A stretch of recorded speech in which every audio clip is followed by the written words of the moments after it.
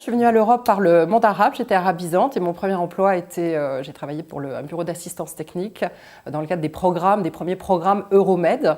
Et par mon activité aussi associative, les deux ayant été parallèles en fait, j'ai rencontré donc Franck Biancheri, qui est devenu mon compagnon ensuite, qui était un Européen convaincu et activiste. Et donc j'ai à la fois travaillé pour ce bureau d'assistance technique, donc dans le domaine du consulting, et en même temps j'ai commencé à me mobiliser dans son association qui s'appelait à l'époque Prometheus Europe, où j'ai développé le réseau Nicomet, qui est un réseau d'information entre la communauté et la Méditerranée.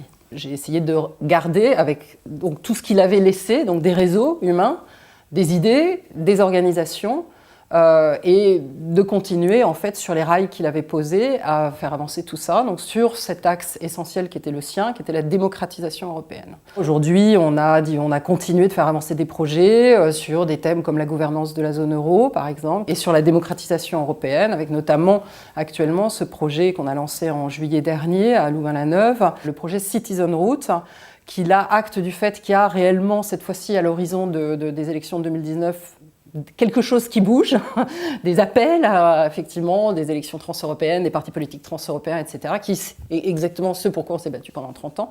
Et donc aujourd'hui, nous décidons d'accompagner ça de manière neutre, sans rentrer nous-mêmes nécessairement dans le champ politique, à titre individuel éventuellement, mais pas collectivement. Et donc nous lançons la Citizen Route pour accompagner, rendre visible et compréhensible la vie politique européenne émergente. La politique telle qu'on la connaît, elle est née à une époque où il y avait surtout des hommes et puis bah voilà, les places sont un peu prises, on va dire, bon, même si je caricature bien évidemment. Là, il y a une merveilleuse opportunité avec une vie politique qui émerge au niveau européen. Tout est à inventer, des générations nouvelles peuvent à venir. Je pense que c'est important aussi que les jeunes se mobilisent sur ces dynamiques-là. Et les femmes, qu'elles soient là dès le début, parce que là, elles n'auront du coup pas d'excuses pour ensuite dire « ah bah, il n'y a que des hommes ». Bah oui, mais voilà, il fallait y être dès le début.